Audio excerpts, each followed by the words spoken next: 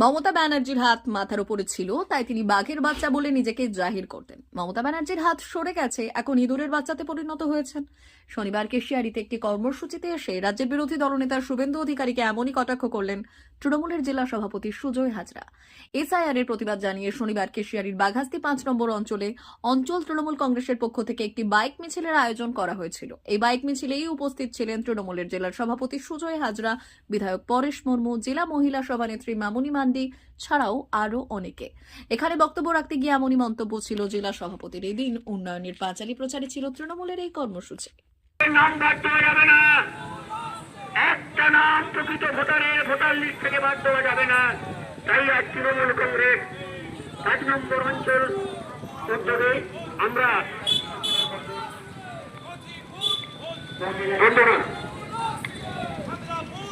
এই রেলিতে উপস্থিত হয়েছেন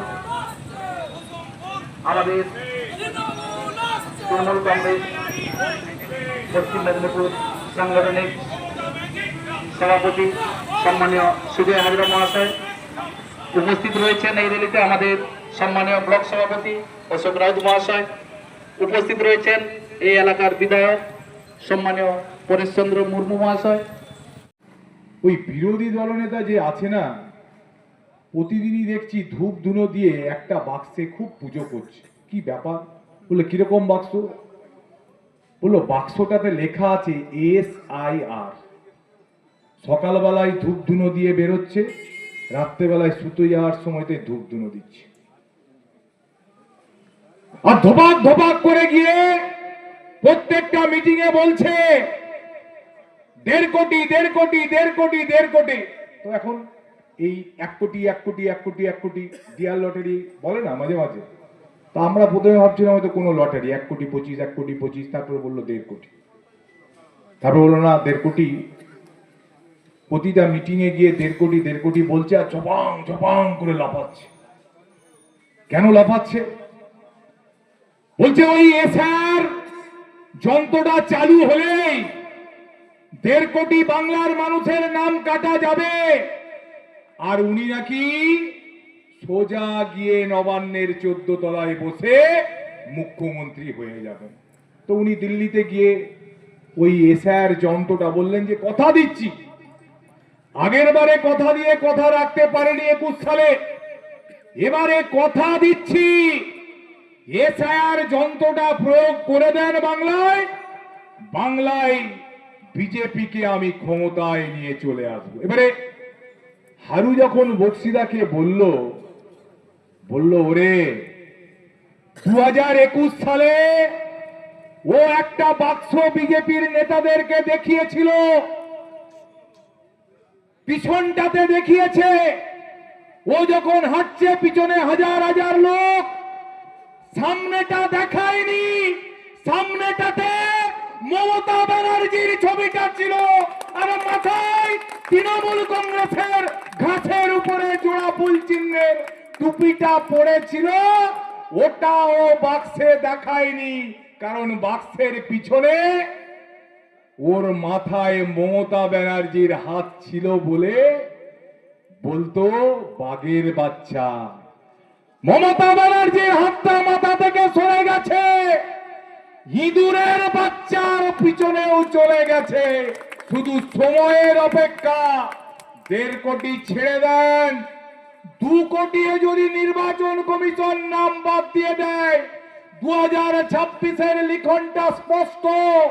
২০২১-এ আওয়াজ উঠেছিল বাংলা নিজের মেয়েকেই চাই, ২৬-এও একটাই আওয়াজ, বাংলা মমতা দিদিকেই চাই, বাংলার মানুষ মমতা দিদিকেই চাই, বাংলার শ্রমিক কৃষক মমতা দিদিকেই চাই, বাংলার যুবক যুবতী ছাত্র ছাত্রী বয়োজ্যেষ্ঠ মায়েরা নারীরা সবাই মমতা দিদিকেই চাই, মমতা দিদিকেই। মুখ্যমন্ত্রীর উন্নয়নের পাঁচালী এবং এসআইআর নিয়ে নির্বাচন কমিশন এবং কেন্দ্রীয় সরকারের যে মেঘের আড়ালে থেকে যে যুদ্ধ, লজিক্যাল ডিসক্রিপেন্সির নামে প্রতিদিন যেভাবে অ্যাপসে নতুন নতুন করে মানুষকে হিয়ারিং সেন্টারে যাতে নিয়ে যাওয়া যায়, তার যে চক্রান্ত নির্বাচন কমিশন করছে, তার বিরুদ্ধে মানুষকে সতর্ক করা এবং নির্বাচন কমিশন যেভাবে এসআইআর নামে মানুষের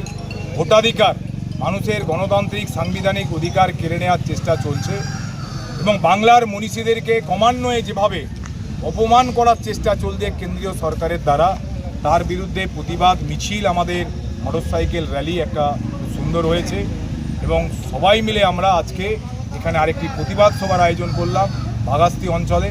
যে প্রতিবাদ সভা থেকে আমরা আগামী দিনে আমাদের চলার পথ, একদিকে উন্নয়নের পচালি, একদিকে এসআইআর প্রক্রিয়াতে কীভাবে নির্বাচন কমিশন এই অধিকার কেড়ে নেওয়ার চেষ্টা, এবং আগামী 16ই জানুয়ারি আমাদের নেতা অভিষেক বন্দ্যোপাধ্যায় আমাদের জেলায় আসছেন, সেই বিষয়েও মানুষকে আমরা জানালাম।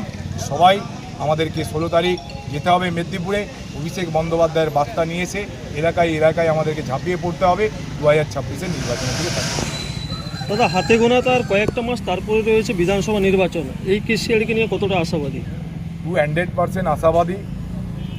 এবার আগে 2019 সালের নির্বাচনের পরে 2021 সালেও অনেক গল্প লেখা হয়েছিল যে কেসিআরই আমরা জিততে পারবো না। বাংলার মানুষ মমতা দিদির পাশে আছেন, বাংলার মানুষ অভিষেক বন্দ্যোপাধ্যায়ের পাশে আছেন। আপনারা নিশ্চিত মনে বাড়ি ফিরতে পারেন।